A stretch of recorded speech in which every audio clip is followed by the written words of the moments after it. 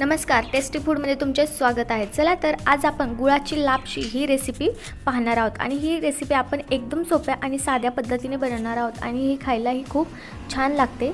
चला लगेचच रेसिपीला सुरुवात करूयात। लापशी बनवण्यासाठी मी इथे पाऊण वाटी एवढा गव्हाचा भरडा म्हणजेच दलिया घेतलाय। हा तुम्हाला कुठल्याही किराणा दुकानामध्ये एकदम इझिली मिळून जाईल। आता लापशी करायला सुरुवात करूयात। लापशी बनवण्यासाठी मी इथे कुकर ठेवून घेतलाय। कुकर चांगला गरम झालाय। आता यामध्ये आपण तूप घालून घेऊया। तर मी इथं 3 चमचे इतकं तूप घातलंय। आता तूप चांगलं गरम झालं की आपण यामध्ये भरडा घालून घेऊया। इथे आपलं तूप चांगलं गरम झालंय। आता यामध्ये आपण भरडा घालून घेऊया आणि भरडा तुपामध्ये छान मिक्स करून घेऊया आणि याचा थोडासा ब्राऊन रंग होईपर्यंत हे परतून घेऊयात। भरडा थोडा परतत आला की यामध्ये थोडेसे भाजलेले शेंगदाणे घालायचे, थोडेसे ड्रायफ्रुट्स घालायचे आणि थोडेसे सुक्या खोबऱ्याचे काप घालायचे। हे सगळं छान मिक्स करून घेऊया आणि भरड्याचा रंग ब्राऊन होईपर्यंत हे परतून घेऊयात।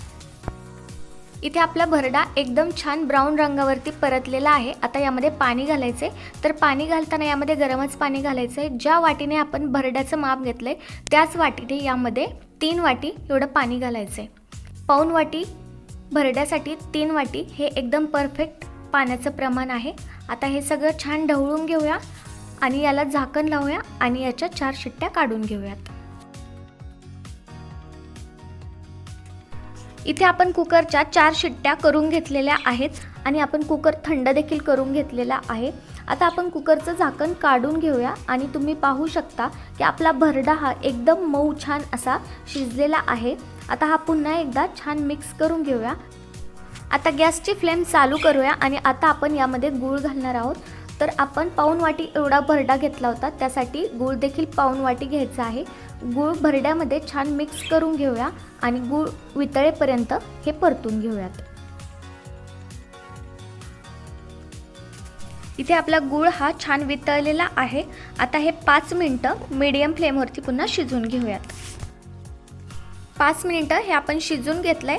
आता यामध्ये आपण इलायची पावडर घालणार आहोत। तर मी अर्धा चमचा इतकं इलायची पावडर घातलेली आहे। आता इलायची पावडर ही छान मिक्स करून घेऊयात। अशा प्रकारे एकदम स्वादिष्ट अशी आपली लापशी बनवून तयार झालेली आहे। आता गॅसची फ्लेम बंद करूया आणि लापशी खाण्यासाठी प्लेटमध्ये वाढून घेऊयात। अशा प्रकारे एकदम स्वादिष्ट अशी आपली गुळाची लापशी बनवून तयार झालेली आहे। ही खायला खूप छान लागते आणि बनवायलाही जास्त वेळ लागत नाही। कधी कधी काहीतरी गोड खावंसं वाटतं, त्यावेळेस तुम्ही ही लापशी बनवून खा, तुम्हाला देखील ही खूप आवडेल। आणि जर व्हिडिओ आवडला असेल तर लाईक करा, शेअर करा आणि जर चॅनलवर नवीन असाल तर सबस्क्राईब करा। थँक्यू।